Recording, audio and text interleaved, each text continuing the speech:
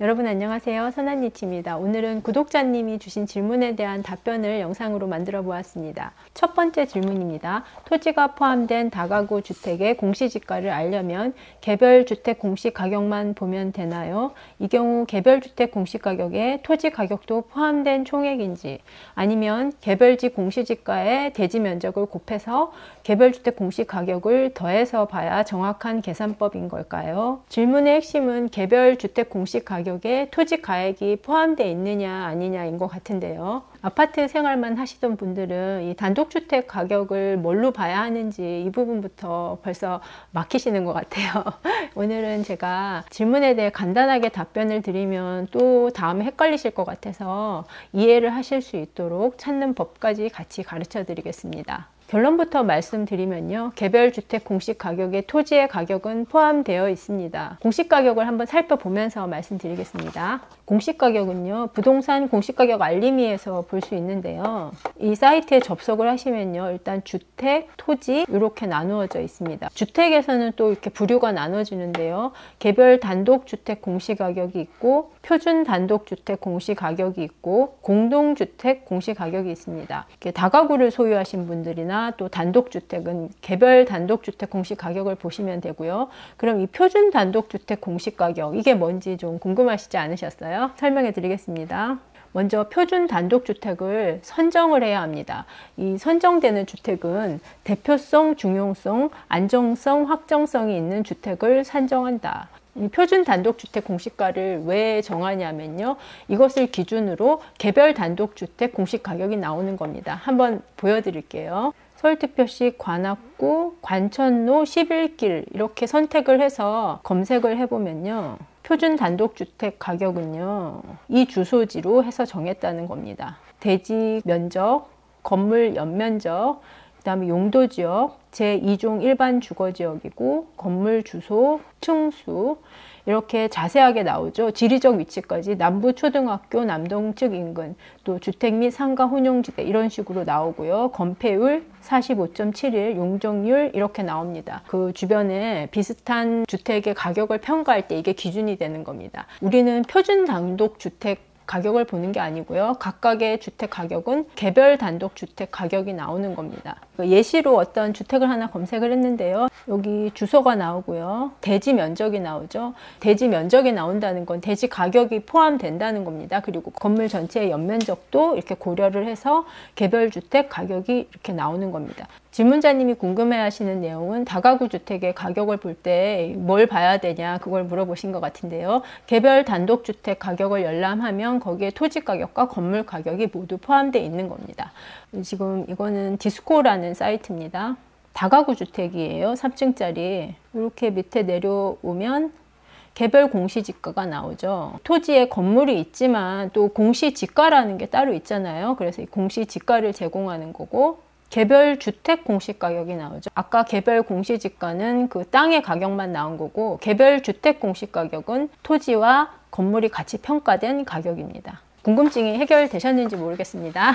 두 번째 질문입니다. 두 필지 총 대지 111평이고 다가구 한 건물이고 연면적 766제곱미터이고 세대수는 총 11세대 전세 물건인데 부동산에선 다가구로 인정한다고 하는데 정말 인정받을 수 있나요? 여기서 이제 어떤 점이 궁금하셨을지를 생각해 봤는데요. 먼저 두 필지 두 개에다가 다가구를 짓는 경우는 아주 흔합니다. 경매 물건을 통해서 한번 보여드릴게요. 집원이 나오고 외 한 필지라고 나옵니다. 그러니까 요 필지 말고 또 하나가 더 있다는 거죠. 1690-8 하나가 있고 1690-9 이 두 필지 위에다 지었는데요. 이렇게 되면 감정평가도 필지당 이렇게 하게 됩니다. 땅 가격이 얼마인지 공시지가로 감정을 해 두었습니다. 그러니까 두 필지에다 짓는 것은 아무 문제가 없습니다. 이제 연면적 이 부분에서 좀 이게 헷갈리신 것 같은데요. 다가구의 조건을 한번 보겠습니다. 건축법 시행령에서 다가구 주택은 다음 요건을 모두 갖춘 주택이다. 1번 주택으로 쓰는 층수가 3계층 이하일 것. 두 번째는 한 개의 동의 주택으로 쓰이는 바닥 면적의 합계가 660제곱미터 이하일 것. 세 번째는 19세대 이하가 거주할 수 있을 것. 여기서 660이라는 숫자가 나오는데요. 질문자님이 보신 건물의 연면적이 766제곱미터로 660을 넘었잖아요. 법조항을 자세히 보시면 주택으로 쓰이는 바닥 면적의 합계가 660이라고 했습니다. 연면적과 바닥 면적의 개념은 틀린데요. 연면적은 하나의 건축물의 모든 바닥 면적의 합계입니다. 여기서 바닥 면적은 해당 용도의 바닥 면적만 더하는 거라서 주택으로 쓰는 바닥 면적이 660을 넘지 않으면 되거든요. 이 물건은 지금 연면적이 766제곱미터이기 때문에 다가구와 다른 용도가 있는 건물로 추정이 됩니다. 총 건물의 연면적이 660을 넘는데 다가구인 것들은 실무에서는 아주 많습니다. 한번 보여드릴게요. 기타 용도를 보시면요. 다가구 주택 및 제1, 2종 근린생활시설. 건물의 연면적은 998로 660제곱미터를 훨씬 넘죠. 건축물 현황을 보시면요. 각 용도별로 이렇게 바닥 면적이 나오거든요. 이 이유가 뭘까요? 이 같은 용도끼리 바닥 면적을 더해서 이렇게 규정에 어긋나지 않나 이렇게 보게 되거든요. 바닥 면적 한번 더해 볼게요. 합계가 608.91. 다가구 면적만 더했을 때 660을 넘지 않기 때문에 다가구로 인정을 받는 것입니다. 세대수는 총 11세대라고 했는데 다가구는 19세대 이하이기 때문에 규정을 벗어나지 않습니다. 중개사가 이 건물이 다가구로 인정이 된다고 했는데요. 아마 그 말이 맞을 겁니다. 세 번째 질문입니다. 리티님, 위반 영상을 보다 궁금했는데 5층 건물의 경우 1층, 5층 사무소로 허가된 물건들 같은 경우 매수를 꺼리게 되네요. 단속이나 매도시 어떨지 모르겠다는 기우일지요? 리치님 어떻게 생각하실까요? 이거는 본인이 판단을 하셔야 됩니다. 저라면 어떻게 할 건지 그것만 말씀드리면요. 저라면 적발이 되지 않은 위반 건축물은 매수하지 않을 것 같습니다. 제가 소유하고 있는 건물도 위반 건축물인데요. 저는 제가 매수할 때부터 그 건축물 대장에 그 위반 사항이 찍혀 있었고요. 그래서 더 이상의 리스크는 없다. 그리고 내가 감당할 수 있다. 이런 판단이 돼서 샀거든요. 위반이 있다는 거는 적발이 될 수도 있다라는 가정을 깔고 매수를 하셔야 하는데요. 그게 적발이 됐을 경우에 내가 감당이 되는가 안 되는가 그걸 생각해 보시면 됩니다. 제가 서울의 물건들을 살펴보면요. 관악구 쪽에 그런 위반 건물들이 굉장히 많더라고요. 어떤 거냐면 사무실 용도로 허가가 나 있는데 실제로는 주거용으로 쓰는 그런 건물들이 굉장히 많아요. 이렇게 용도 위반인 경우는 매수하시는 게 좀 굉장한 리스크가 있다고 생각합니다. 다음 질문입니다.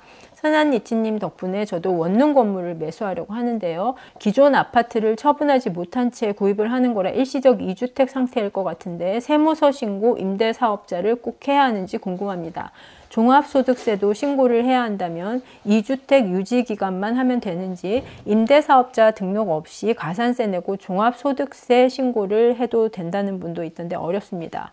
지방의 원룸이라 12억 안 되고 아파트도 공시가 2억이 안 되는데 답변 좀 부탁드립니다. 세금 관련된 것은 네이버 지식인 이런 거 보지 마시고요. 국세청을 통해서 살펴보시는 게 좋습니다.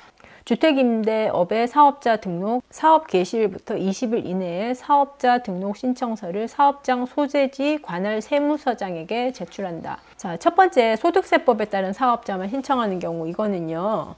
내가 비과세가 아니고 과세 대상인 경우에는 무조건 신청을 해야 됩니다. 세금을 내기 위해 사업자를 내는 거죠. 두 번째는 민간 임대주택에 관한 특별법에 따른 임대사업자는요. 세금 혜택을 받기 위해서 지자체에다가 신청하는 겁니다. 그러면 비과세 대상이 뭔지 알아봐야 되겠죠. 주택임대소득의 과세 대상 및 비과세 대상에 대해서 나오는데요. 1주택이면서 비과세인 사람의 조건은 국내 기준시가 12억 원 이하 주택의 월세 수입, 모든 보증금과 전세금이 비과세입니다. 자, 2주택부터는 월세를 받으면 과세 대상이 됩니다. 내가 2주택이라 하더라도 다 전세만 있는 경우는 세금을 내지 않습니다. 질문자님은 아파트를 처분하기 전까지 다가구를 소유하면서 월세를 받으실 거니까 아마 과세 대상이 될 것 같습니다. 소득세법에 따른 사업자 등록을 하셔야 되는데요. 굳이 안 하시려고 하면 지금 가산세까지 내야 되거든요. 가산세가 얼마인지 한번 따져볼까요? 5천만 원을 1년 동안 월세를 받는다. 그러면 가산세가 10만 원을 내게 됩니다. 소득세 플러스 또 가산세를 내게 됩니다. 그래서 사업자 등록을 하는 게 더 합리적으로 보여지고요. 2주택 중에 지금 아파트를 처분을 하면 내가 1주택이 되잖아요. 비과세 대상이 됐을 때는 사업자를 말소하시면 됩니다. 구독자님 질문에 대한 답변은 여기까지입니다. 이게 들을 때는 하고 아는 것 같지만 또 돌아서서 본인이 해보려고 하면 모르는 경우가 많거든요. 저는 이런 식으로 공부를 하거든요. 거꾸로 개별 물건에서 어떤 개념적 용어를 공부를 하는 식으로 이렇게 가거든요. 개념을 먼저 공부하고 물건에 적용을 하려고 하면은 웬간해서는 잘 모르거든요. 목적을 두지 않고 그냥 공부처럼 하려고 하면 머리 안 들어오거든요. 그래서 주변 건물 같은 걸 보면서 이거를 이제 분석을 한다던가 내가 조금이라도 관심이 가는 것에다가 연결을 해서 공부하시는 게 좋을 것 같습니다. 저는 여러분의 부동산 공부에 조금이라도 도움이 되도록 또 흥미를 가질 수 있도록 도움을 드리겠습니다. 오늘도 영상 시청해 주셔서 감사합니다.